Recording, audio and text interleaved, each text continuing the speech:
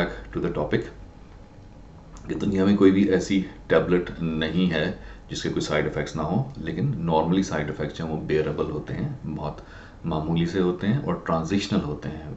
कुछ दिनों में जब body it gets used to दो साइड इफ़ेक्ट्स, आपके सिस्टम का वो हिस्सा जो है वो बन जाते हैं और मतलब जो मॉलिक्यूल्स हैं, और फिर आपको वो साइड इफ़ेक्ट्स, ट्रांजिशन मीन्स कि कुछ दिन में वो चले जाते हैं साइड इफ़ेक्ट्स और फिर नहीं होते, आप यूज टू हो जाते हैं उसके। कुछ लॉन्ग टर्म साइड इफ़ेक्ट्स होते हैं और डिपेंडिंग अपॉन कि आपका अपना मेटाबॉलिज्म, जेनेटिक्स, ये सब चीज़ें, आपका लाइफस्टाइल कैसा है, तो लॉन्ग टर्म में कई लोगों को वेट गेन की शिकायत भी हो सकती है और बहुत सारी चीज़ें हैं जो कि हो सकती हैं। लेकिन अगेन क्योंकि हर कोई मुख्तलिफ है तो सबको सारे के सारे साइड इफ़ेक्ट होना ज़रूरी नहीं है, बल्कि कुछ लोगों को ऐसा भी होता है कि वो जब वापस आते हैं कुछ दिनों के बाद या कुछ हफ्ते बाद, उनको कोई भी साइड इफ़ेक्ट ऐसा मेजर नहीं होता जिससे कोई उनकी फंक्शनैलिटी जो है वो रोज़मर्रा के काम काज मुतासिर होते हों। एक थोड़ी सी एहतियाती होती है, कोई भी ऐसी मेडिकेशन, स्पेशली साइकेट्रिक मेडिकेशन शुरू करने से पहले, या कोई और मेडिकेशन जिसके अंदर ड्राउजीनेस हो, जो है कि भाई वो नींद आवर हो मेडिकेशन, तो आपको एहतियात करनी चाहिए कि ड्राइविंग के दौरान या अगर आप हैवी मशीनरी के गिर्द काम करते हैं तो be careful at least for the first few days, शुरू के दिनों में, ताकि आप ये ना हो कि उसकी वजह से किसी हादसे का शिकार हो जाए। एक उसका हल ये भी होता है कि रात दिन आप सुबह अर्ली मॉर्निंग आप टाइमिंग चेंज करके रात को ले लें, ताकि वही आप नींद के अंदर वो साइड इफ़ेक्ट आपका जो है वो गुजर जाए इन अ वे कि सुबह फिर आप फ्रेश उठें। बहुत सारे तरीके होते हैं, आप टैबलेट स्विच एंड स्वैप कर सकते हैं। अगर एक मेडिकेशन आपको सूट नहीं करती, साइड इफ़ेक्ट ज़्यादा हैं या तकलीफ़ें हैं, तो फिर दूसरी मेडिकेशन उसकी जगह दी जा सकती है। एक चीज़ और भी होती है कि कोई भी साइकेट्रिक मेडिकेशन हमेशा हम कहते हैं जी कि we start low and go slow, कि आप छोटी डोज में शुरू करते हैं और हर बंदे की नेटवर्किंग ब्रेन में डिफरेंट है, हर बंदे का मेटाबॉलिज्म डिफरेंट है, जैसा मैं पहले कह रहा था। तो आप आहिस्ता आहिस्ता बतदरीज डोज बढ़ाते जाते हैं। बाज़ लोगों को बहुत छोटी सी डोज फ़ायदा दे जाती है, बाज़ लोगों को दरमियान की डोज जो है वो या ऊपर की, एंड सो ऑन। तो वो आप आफ्टर एवरी 6 to 8 weeks उसको चेंज कर सकते हैं, और अगर उसके बाद भी वो काम ना करे तो फिर आप कह सकते हैं कि हाँ भाई कि ये दवा जो है वो इस शख्स को उस तरह से फ़ायदा नहीं दे सकी, तो let's swap it with something else, कोई दूसरी मेडिकेशन ट्राई करके देखते हैं। और ऐसा बेतहाशा दफ़ा होता है कि एक शख्स को एक ही गोली जो है वो उससे इतना फ़ायदा, वो कहता है कि भाई ये तो बहुत ही कोई मिरेकुलस किस्म की दवा थी, और वही दवा किसी दूसरे शख्स में इवन के टॉप डोज पे भी उस तरह से काम नहीं करती, तो उनको कुछ और सूट कर जाती है कोई दूसरी मेडिकेशन, तो फिर उनको वो जो है वो ऑप्टिमम डोज में दी जाती है। तो ये तो अद्वियात का मुख्तसर सा हो गया। और जनाब मेडिकेशन बिल्कुल काम करती हैं, किसी में जल्दी काम करती हैं, किसी में देर से काम करती हैं, और अगर देर की भी हम बात करें तो स्टिल देन अगर आप कंपेयर करें कि बिना इलाज के अगर कोई बंदा 6 महीने बेचारा सफ़र कर रहा है ये सारे जहनी तनाव के साथ और डिप्रेशन और एंग्जाइटी के साथ, तो उससे ज़्यादा बेहतर नहीं है कि वो आप उसको चंद दिनों या हफ्तों तक महदूद कर दें जो उसकी सफरिंग है, और उसका ज़्यादा टाइम अच्छे प्रोडक्टिव तरीके से वो अपनी ज़िंदगी गुजार सके। पर ये तो इंडिविजुअल्स की चॉइस है कि वो किस चीज़ पे ज़्यादा उनका बिलीफ है। दूसरी चीज़ है वो होती है साइकोथेरेपी। पिछले एक सेशन में मैंने शायद किसी में कहा था कि साइकोथेरेपीज़ की पुराने ज़माने में इतनी ज़्यादा अक़साम अवेलेबल नहीं थी, अब बहुत सारी अक़साम हैं। शॉर्ट टर्म साइकोथेरेपीज़ हैं 8 to 12 weeks, 16 weeks, 3 months के लिए भी हैं।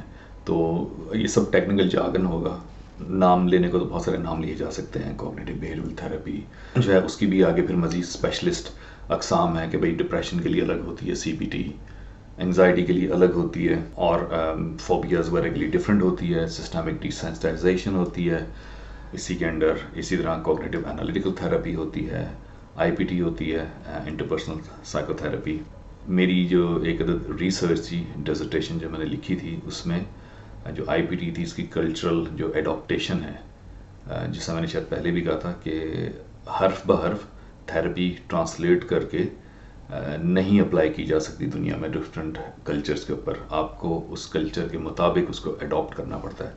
तो मेरी जो रिसर्च थी उसमें हमने ऐसा मैनुअल जो है वो डेवलप किया था कि आप वो जो IPT है, इंटरपर्सनल साइकोथेरेपी, अगर आप उसको युगांडा में लेके जाएंगे, इंडिया में लेके जाएंगे, पाकिस्तान में लेके जाएंगे, किसी और ज़ुबान बांग्लादेश में लेके जाएंगे, तो उस लैंग्वेज और कल्चर के हिसाब से उसको कैसे अडॉप्ट करेंगे تو وہ مینول اس کی گائیڈ لائن جو ہے وہ میں نے ڈیولپ کی تھی.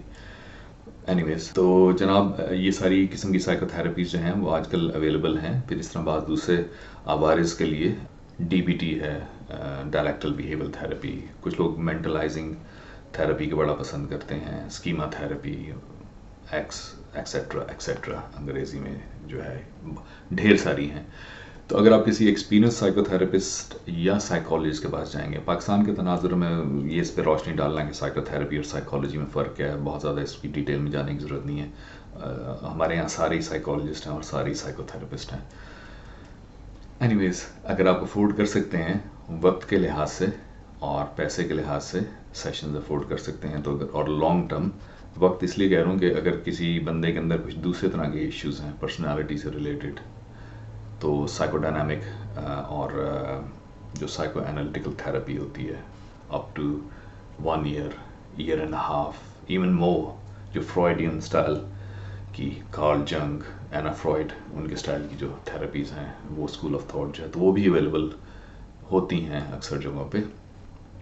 اب ناٹ شیور کہ پاکستان میں کتنے لوگ کرتے ہوں گے. سائیکالوجسٹ تو میں نے بہت سارے دیکھے پڑھے سنے ہیں، سارے کلیم کرتے ہیں کہ وہ بہت ایکسپیرینسڈ ہیں.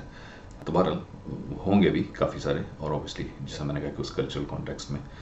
تو جناب آخر میں یہ بتاتا چلوں، اب ایک جو ہے وہ دوا کی ڈیٹیل میں جانا ہے، ایک تھراپی کی ڈیٹیل میں جانا جو ہے وہ that's beyond the scope of this talk.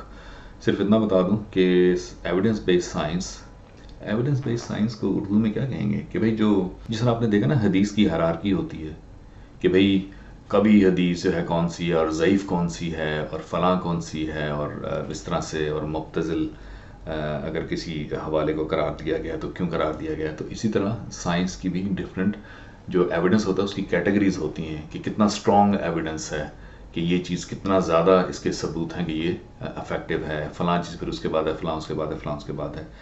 تو ایویڈنس بیس سائنس یہ سجیسٹ کرتی ہے کہ میڈیکیشن اور تھراپی دونوں ڈپریشن اور انگزائٹی میں کارآمد ہیں.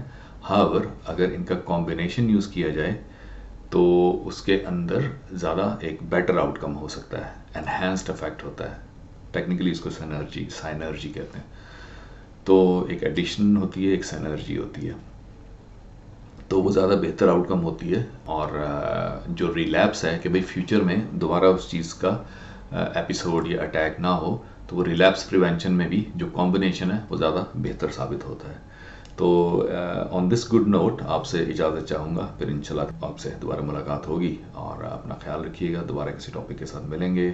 مائنڈ فائلز کو لائک کرنا اور بیل آئیکن پریس کرنا. آئی ڈونٹ نو کہ میرے چینل پہ بیل آئیکن ہے بھی ہے کہ نہیں، لیکن وہ جو سبسکرائب کرتے ہیں اور وغیرہ وغیرہ وہ سب کچھ کرنا مت بھولیے گا، تاکہ میں اسی طرح اپنے قیمتی وقت میں سے ٹائم نکال کے اور آپ کو ان چیزوں کے بارے میں بتاتا رہوں، اپنے وہ جو پروفیشنل سیکرٹس کو چھوڑ کے.